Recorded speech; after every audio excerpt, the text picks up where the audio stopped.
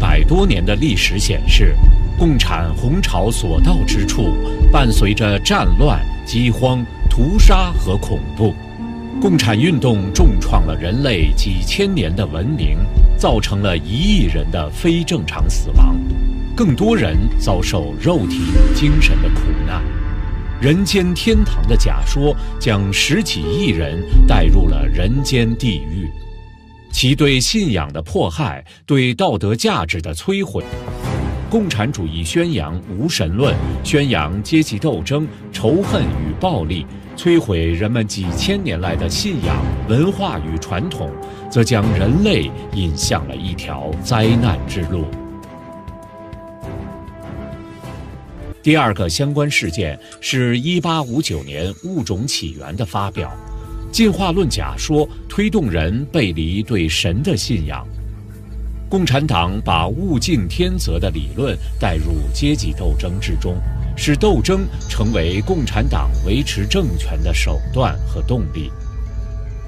在追求经济平等的驱动下，共产主义所描绘的乌托邦幻境迷惑了不少追随者。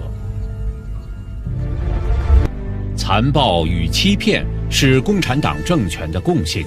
共产主义学说以创建人间天堂蛊惑人心，实际却敌视人类。对人类的仇视是所有共产主义思想导师的共同特点。近年披露的文献和学者研究显示，马克思、恩格斯、列宁、斯大林都是撒旦的信徒，或者说皮相为人，撒旦为魂。共产主义并非光明的学说，它起源于黑帮组织，实质信奉魔教，它背后是魔鬼的化身。据美国国会图书馆馆长、著名历史学家詹姆斯·毕灵顿等学者的系统研究，共产党起源于18世纪德国巴伐利亚的光照帮。光照帮帮主亚当·魏萨普是个魔教信徒，信奉撒旦路西法。正义者同盟便是光照帮渗透和控制的一个外围组织。1847年6月，正义者同盟在伦敦召开第一次大会，宣布改名为共产主义者同盟。同年11月，共产主义者同盟委托马克思和恩格斯撰写宣言。次年2月21日，共产党宣言出版，共产运动开始兴起。光照帮的邪教纲领以及为达目的不择手段的教义均被共产党完全继承。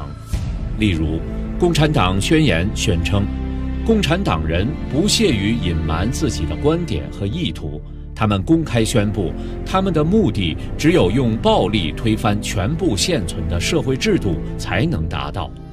列宁曾说，我们必须使用所有诡计、阴谋、欺瞒、狡诈、非法手段、隐蔽手段，并掩盖真相。卡尔·马克思早年是基督徒，但是在大学期间加入了由乔安娜·萨斯卡特主持的撒旦教会，成为魔教的一员。马克思在给父亲的一封信里写道：一层外壳脱落了，我的众圣之圣已被迫离开，新的灵必须来进驻。而马克思的儿子艾德加于1854年3月21日写给他的信中，开头一句竟然是“我亲爱的魔鬼”。此外，马克思在诗作和所创作的剧本中几次写下渴望向上帝复仇，并多次流露出对世界的仇恨。如同马克思、恩格斯信奉撒旦教一样，青年时的列宁也是如此。列宁的亲密朋友兼同事托洛斯基在其写的《青年列宁》一书中提到，列宁16岁时曾从镜上扯下十字架向他吐口水，并将他踩在脚下，这是撒旦教中常见的一种仪式。斯大林15岁时开始信仰马克思主义，背弃神，走向撒旦。日后，当斯大林以革命者的身份进行写作时，他用的第一个笔名是恶魔，另一个笔名则是恶魔般的。1912年，斯大林成为其新的笔名，意思是铁人。就连列宁都说，斯大林是党内最冷酷无情之人。而苏共党内的重要领导人布哈林曾这样评价斯大林：他不是人，而是魔鬼，高于一切，党的正确性不容挑战。但是党的领袖们也知道自己不可能永远正确，因而他们只能用不断的清洗和制造恐怖来消除那些指出他们错误。 이때부터 공산주의자들의 전략은 바뀌기 시작합니다. 마르크스의 오류를 지적하고 문화 헤게몬이라는 단어를 처음 쓴 안토니오 그람시는 이런 말을 합니다. 사람들에게 영향력을 끼칠 수 있는 기관과 제도인 언론 매체, 연예계, 교육기관, 공직 등을 장악하여 사람들이 자기 자신과 자신이 속한 문화에 등을 돌리게 만들어야 한다. 그람시는 사람들에게 영향력이 있는 기관을 장악해서 자신이 속한 문화에 등을 돌리게 만들어야 한다고 말을 했습니다. 문화의 변화를 통해 사람들을 공산주의자로 만들고 그것을 통해 정치혁명이 가능하다고 본 것입니다. 또 독일 프랑크푸르트 학파 2대 총장이었던 호르카이머는 이렇게 말했습니다. 우리는 더 이상 총으로 혁명을 일으키지 않는다.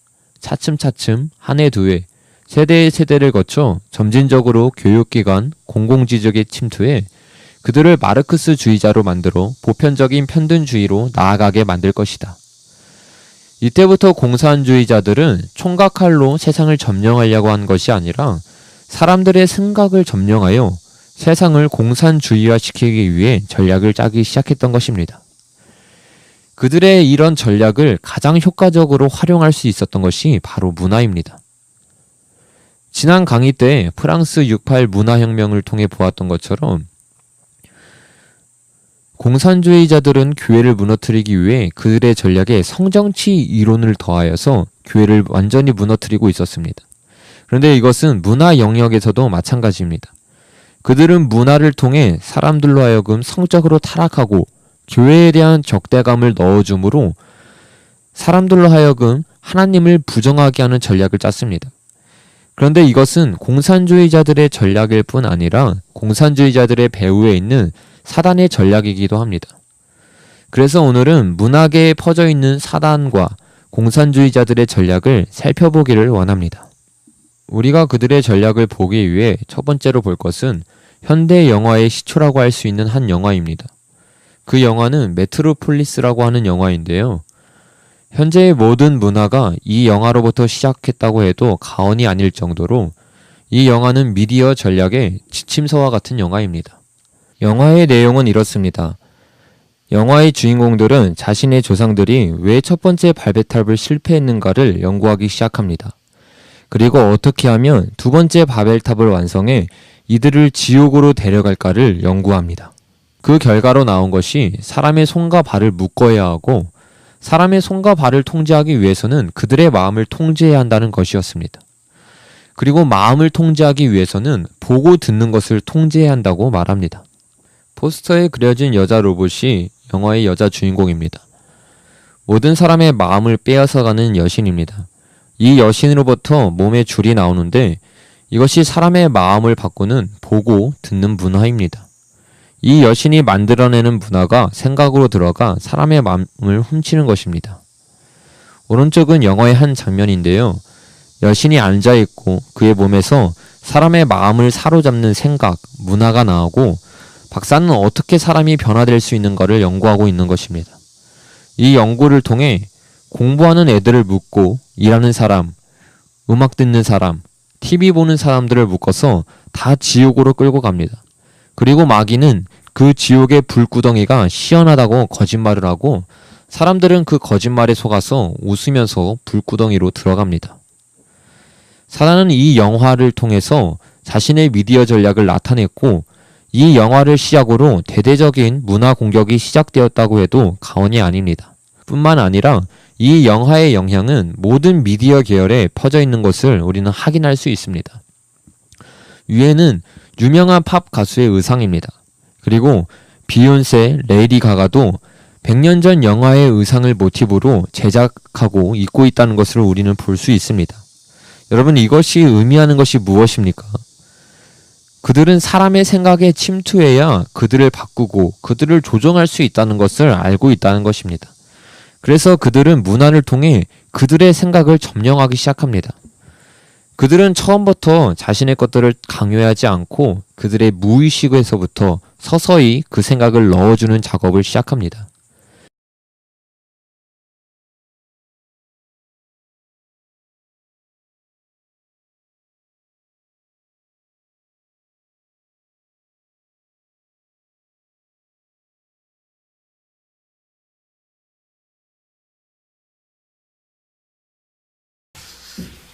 민수기 오늘 14장 27절부터 33절까지 말씀을 같이 나누었습니다. 여기에 말씀에 보면 사람들이 말한 그대로 하나님께서 심판하실 것이다, 그런 이야기가 나옵니다. 그러니까 어린아이들은 광야에서 살다가 가나안 땅에 들어가게 됐고, 거기에서 10명의 정탐꾼 이야기를 들었던 나머지 사람들은 다 광야에서 멸망을 당했습니다. 2명 빼놓고, 2명은 여호수아와 갈렙이라고 하는 사람이죠. 그 2사람 빼놓고는 나머지 다 멸망을 당했습니다. 그러니까 멸망을 당한 사람들이 훨씬 더 많았다는 얘기죠. 그러면은 지금 우리가 이 말씀들이 성경에 있는 10명의 정탐꾼하고 2명의 정탐꾼이 가나안 땅을 보고 와서 보고를 했거든요. 말을 전했단 말이에요. 그러니까 둘 다 말을 전했는데 10명의 정탐꾼은 10 말씀을 의미하는 얘기고 2명의 정탐꾼은 2 말씀을 얘기하는 말이에요. 그러니까 10 말씀이 2 말씀으로 설명이 되어져야 된다, 이런 이야기입니다. 그러니까 10명의 정탐꾼도 2명의 정탐꾼의 이야기를 들었어야 된다는 얘기예요. 그래야 그들도 가나안 땅에 들어갈 수가 있었는데 10명의 정탐꾼은 불행하게도 2명의 정탐꾼의 이야기를 듣지 않았습니다. 자기들의 생각이 옳다고 생각했죠. 그래서 가나안 땅에는 칼이 있다라고 그들은 원망을 하게 됩니다. 모든 사람들은 다 그렇게 말씀을 듣게 됐어요. 그래서 사실 광야에서 다 멸망을 받았고, 2명의 정탐꾼은 우리 가나안 땅에 들어가자, 거기에는 우리의 먹이가 있다, 우리의 밥이 있다, 그렇게 얘기했어요. 그랬더니 아무도 안 듣는 거예요. 그래서 원망했던 그 사람들의 이야기를 하나님이 다 접수하시고, 너희들이 말한 그대로 그러면 너희에게 이루어지게 될 것이다. 너희들이 칼이 있다고 그랬으니까 광야에서 멸망받도록 해주마, 하나님의 말씀입니다. 그러니까 너희들이 생각한 대로, 너희가 말한 대로 그대로 이루어지게 해줄게, 그런 말씀이거든요. 우리가 입을 사용하려면 복된 말들을 하셔야 됩니다, 여러분. 그러니까 입으로 저주된 말, 사망의 말 하면 그대로 이루어져요. 말 한 번 하더라도 말이에요, 복된 말을 하셔야 됩니다. 좋은 말을 하셔야 된단 말이에요. 남편과 아내가 어떻게 말해야 돼요? 한마디 하더라도 좋은 말 하셔야 돼. 부모와 자녀가 뭐 한마디 하더라도 어떻게 말해야 돼요? 좋은 말 해야 돼요. 근데 사망에 저주된 말 하는 사람들이 있단 말이에요. 꼭 말을 할 때 칼 같은 말을 하는 사람들이 있단 말이에요. 밥처럼 얘기하는 사람이 있고, 그러니까 밥처럼 얘기하라는 얘기야. 성경은 밥처럼 얘기해달라. 똑같은 얘기도 칼처럼 얘기하지 말고 밥처럼 얘기해줘라. 밥을 얘기하고 빵을 얘기해주면 먹고서 양육을 받을 거 아니에요. 점점 자라날 거 아니겠습니까? 그런데 칼을 주면 심판하는 거죠. 죽여버리는 거란 말이에요. 그러니까 10 말씀을 가진 자들, 성경이라고 하는 건요, 어떻게 보면 칼에 대한 이야기입니다. 칼요. 칼이 몇 종류가 있어요? 칼이. 성경에 나와 있는 칼의 종류가 몇 개예요? 2개 종류로 있습니다. 두 날 가진 칼이라고 되어 있거든요. 히브리서 4장 12절에 두 날 가진 칼이라고 되어 있어요. 이 두 날 가진 칼이 한쪽에는 전쟁하는 칼이고 한쪽에는 요리하는 칼이란 말이에요. 그래서 말씀이 다 두 개로 이루어졌다. 하나는 우리를 심판하는 말씀이고 하나는 우리를 구원하는 말씀이다. 성경의 한쪽은 우리를 죽이는 말씀이고 한쪽은 우리를 부활시키는 말씀이다. 이렇게 두 개로 나누어져 있다는 것을 알려주는 말씀이에요. 그게 두 개의 날을 가진 칼이다. 하나의 칼인데 날이 두 개가 있다는 얘기예요. 그렇게. 그러니까 두 개의 날을 가진 하나의 칼을 그 칼로 보면은 죽음과 부활을 같이 볼 수가 있는 거죠. 이거를 빵으로, 밥으로 보면은 요리하는 것으로 보니까 먹는 것이 되는 거죠. 그죠? 그래서 두 개로 볼 거냐, 너희가 이 두 개가 또 하나로 볼 거냐. 여호수아와 갈렙은 두 명이지만 그 둘은 한 마음을 가진 사람들이에요. 하나님의 마음을 가진 사람이란 말이에요.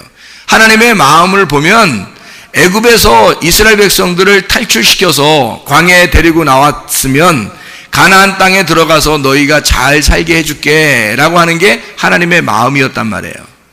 그런데 광야에서 하나님을 못 믿는 거예요.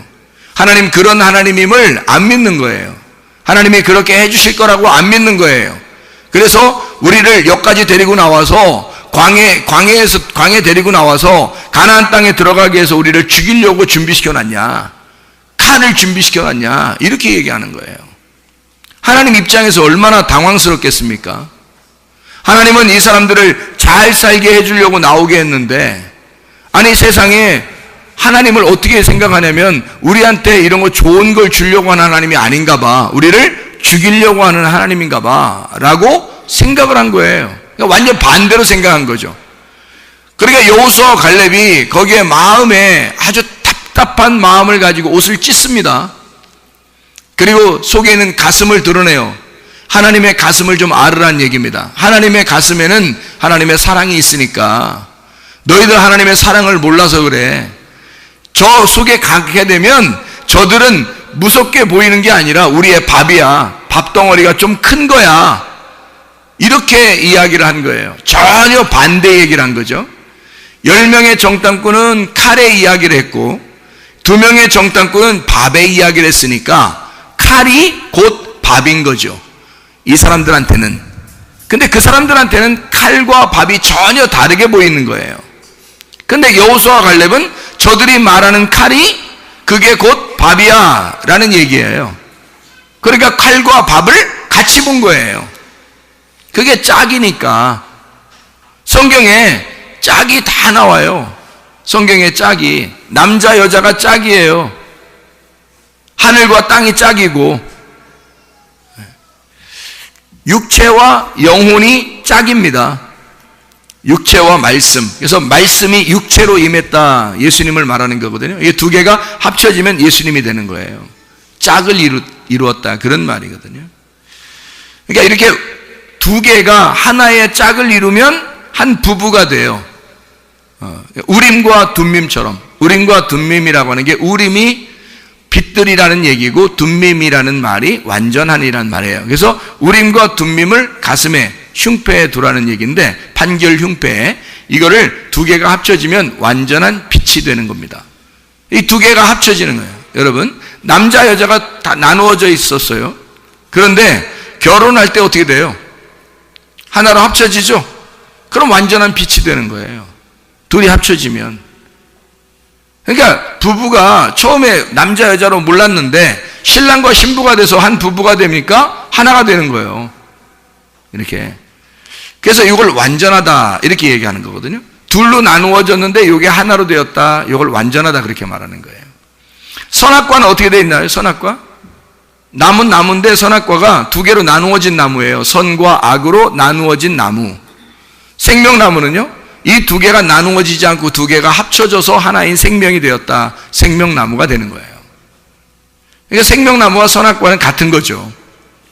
그러니까 생명나무 입장에서 보면 선악과도 생명나무였던 거고, 선악과 입장에서 보면 생명나무는 전혀 선악과가 아닌 거예요. 선악과 입장에서 보면 완전히 나누어진 나무니까. 그런데 생명나무 입장에서 보면 선악과가 완전히 생명나무예요. 그러니까 엄청 하나가 된 거죠. 하늘나라에서 보면은 이 땅과 하늘이 하나인 거고, 땅에서 보면 하늘하고 땅은 전혀 하늘과 땅 차이예요. 남자 여자가 전혀 서로가 너무 몰라도 너무 몰라. 그리고 달라도 너무 달라, 남자 여자가요.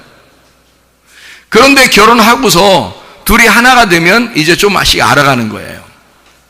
그리고 이제 알았다 그러면 이제 죽어요. 그게 이제 죽는 날이야. 그러니까 죽음으로써 아는 거예요, 비로소. 죽음으로써 알게 된다. 그러니까 죽음으로써 눈이 떠지는 거죠. 죽음으로써 부활하는 거와 같은 거죠. 그러니까 죽음과 부활이 같은 거예요. 우리가 여기서 죽으면 바로 부활하잖아요. 그죠? 우리가 죽으면 바로 영혼이 부활하잖아요. 그러니까 이게 죽음이 곧 부활인 거예요. 그러니까 부활의 나라에서 볼 때는 죽음이라고 하는 게 너 부활하러 오는구나 이렇게 보는 거고, 부활의 나라에서는. 이쪽 죽음의 나라에서 볼 때는 너 죽으러 가는구나 이렇게 보는 거고요. 그러니까 죽음의 나라에서 보면은 죽으러 가는 거하고 부활하고 전혀 다르게 보이고, 하늘나라에서 보면은 죽음과 부활이 하나로 보이는단 말이에요. 성경이 두 개로 다 이렇게 나누어져 있어요. 여호수아와 갈렙처럼 두 증인으로 되어 있단 말이에요.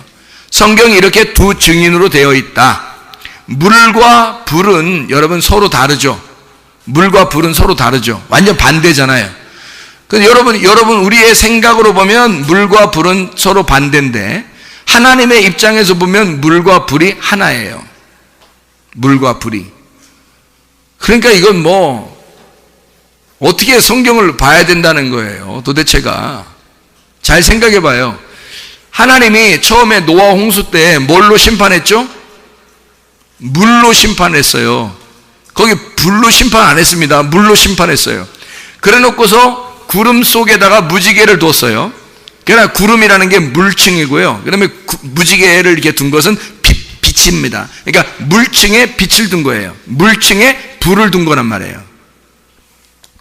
그리고서 하나님이 언약을 맺습니다. 다시는 물로 멸망 안 할 거야 라고 언약을 맺어요. 그죠? 무지개를 두고서 그랬죠. 그래 놓고서 신약으로 가면은 뭘로 멸망해요? 앞으로 뭘로 멸망한다 그래요? 불로서 멸망한다 그러잖아요. 그러면 앞에서 물로 멸망했더니 너무 무시무시해서 이제는 불로서 죽여버릴게, 이게 덜 무서울 것 같으니까 이런 말인가요? 여러분, 물로 멸망시킨다, 불로 멸망시킨다. 멸망은 똑같은데 하나는 물로, 하나는 불로 멸망시킨다는 거예요. 그죠? 그러면 물과 불이 같은 거는, 하나님의 입장에서 볼 때는 물로 멸망시켜 불로 멸망시켜 같은 거죠. 하나님의 입장에서 보면. 그래서 물과 성령으로 거듭나지 아니하면 너희가 하나님 나라를 볼 수가 없다. 물과 성령으로 거듭나지 아니하면. 그러면 물은 뭐예요? 물이고요. 성령은 불인 거죠. 그래서 침례 요한이 뭐라 그래요? 물로서 나는 침례를 주는데 예수님이 오시면 불과 성령으로 침례를 줄 거야 라는 말했죠. 그죠? 그러니까 침례 요한과 예수님이 둘이 한 짝인데요, 하나는 율법이고 하나는 복음이란 말이에요. 이렇게 짝을 이루었단 말이에요. 율법과 복음이 뭐 전혀 다른 얘기거든요. 전혀 달라요. 반대예요. 율법은 심판하려고 주는 거고요, 복음은 구원하려고 주는 겁니다. 완전 반대거든요. 그런데 이 반대가 짝을 이뤘다는 거예요. 반대가 짝인 거야, 오히려.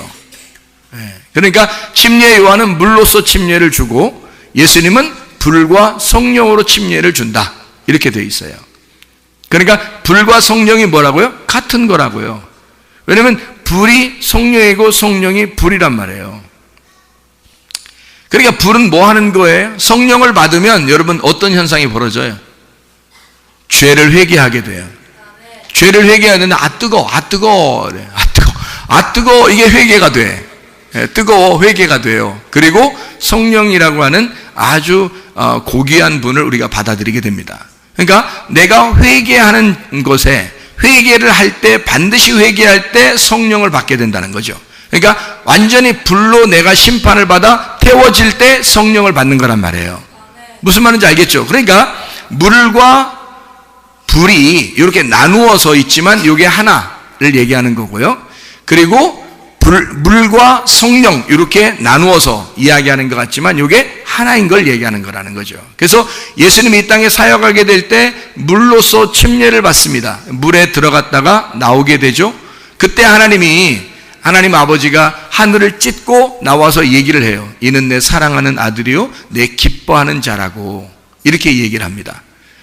성령이 비둘기처럼 내려서 얘기를 하는 거죠. 예수님의 그 죽음과 부활이 있는 곳에 하나님의 음성이 내려오는 거죠. 하나님이 함께 하신다 그 말입니다. 자, 성경은 그러니까 다 뭘로 되어 있다고요? 성경은 둘로 되어 있다. 둘로 되어 있는 거를 여러분이 아셔야 된다는 거죠. 그거를 모르면 성경이 이해가 안 되고, 이해가 안 되니까 세상 돌아가는 게 이해가 안 되는 거예요. 여러분, 세상 돌아가는 건 다 이 안에 있소이다. 뭐 누가 그랬다? 내 손 안에 있소이다 그러잖아요. 누가 그랬다는데 내 손 안에 있소이다 그러잖아요. 이 안에 다 있소이다. 이 세상 돌아가는 건 다 이 안에 있소이다 이 말이에요.